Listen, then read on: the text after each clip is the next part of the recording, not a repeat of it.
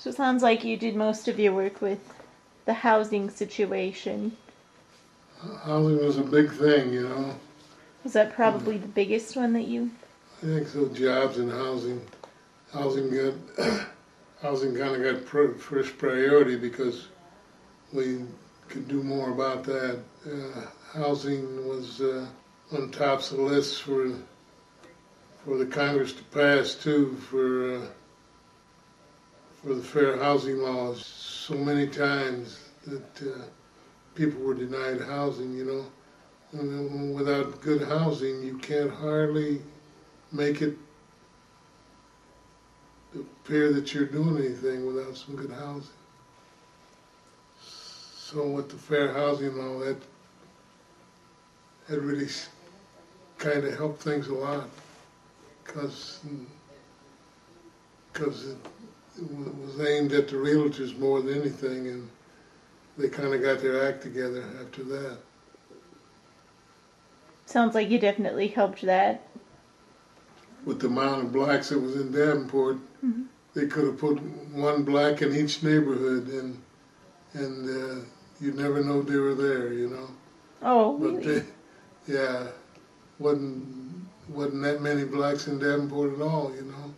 Well, the whole state of Iowa, you know, 98% Caucasian, 2% minority for the whole state of Iowa. So you know Davenport's not that big. And then especially when you spread them out, it's not going to be... Spread them out, yeah. But you put them all together, it looks like a whole lot. It's more If you concentrated. spread them out, not that many at all. Not that many at all. I can't remember the exact count it was back in those days, but it wasn't that great. Now, while you were doing your volunteer work for the Catholic Interracial Council and the NAACP and the Civil Rights Commission and stuff, did you also have another job? Yeah, when You I said that you worked as a mail carrier for a little while and for John Deere. Well, when I started out with the post office, and then I left the post office, we started a landscaping company, Cribs and Cribs Landscaping, and then after that I went to barber school and became a master barber, and worked for the state for a while as a barber inspector. And then after that I became what was it after that? Oh, I went to work for the city of Davenport as a director of the Civil Rights Commission. Then after that, I went to work for Ed Mazinski in Washington, D.C. Then after that, I came back and went to work for John Deere. And then after John Deere, I went back to the city again as the director of their affirmative action department. So when they told me when I was a policeman that I would cost the city too much money, I worked for the city twice without costing them anything. And did you experience anything like that again? Do you feel that you had been discriminated against and stereotyped at your other jobs from when you I applied? first went to work for the post office, I was at the top of the list, and they were going to hire 10 people.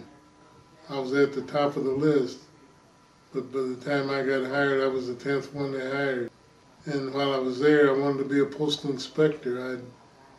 I'd did studying on postal inspection, and that's where I wanted to go, you know. But I spent 7 years there and never got to take the test. Never did, so that's the reason I left them. But all in all, I guess the jobs that I had were pretty decent. Didn't have the real problems. things got better after the 70s. Once they passed the fair housing law and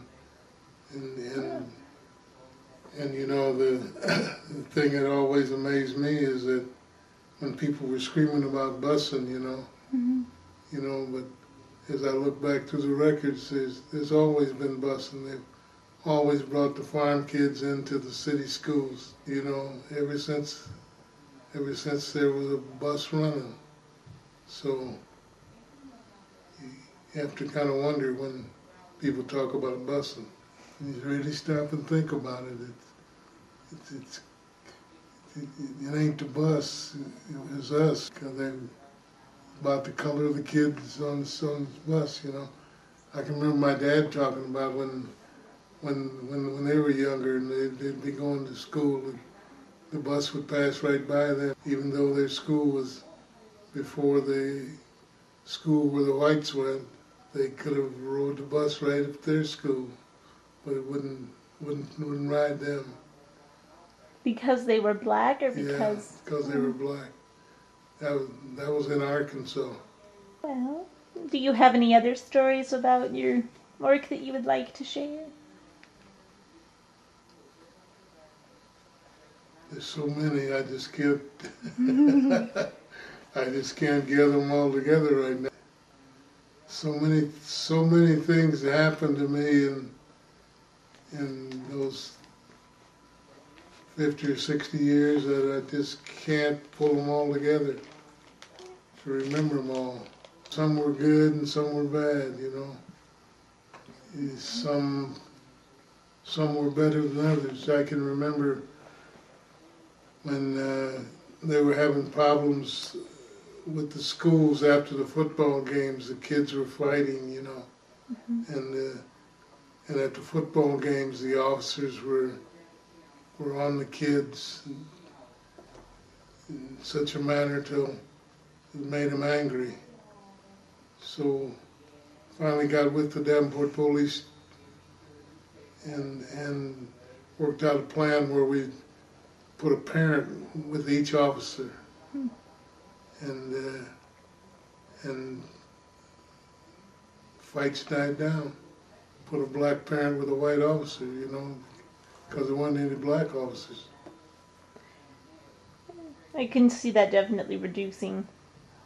It did reduce it. Really was good. Are there any other stories that stick out in your mind right away? I can remember one time when the lieutenant governor,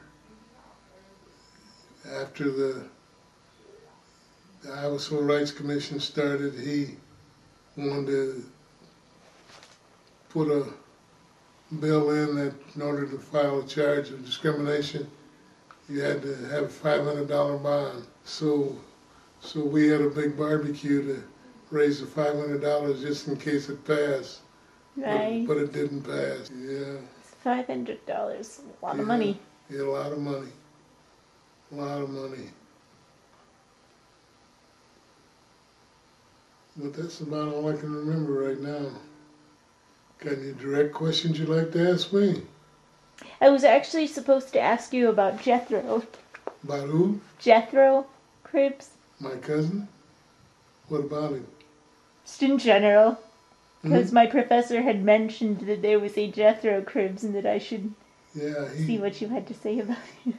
He was recently the president of the NAACP. Hey, what was he? 4 years ago, 8 years ago. He was president of the NAACP. Well, I guess I have nothing else to ask, so unless you have any other thing you would like to share. No. All right.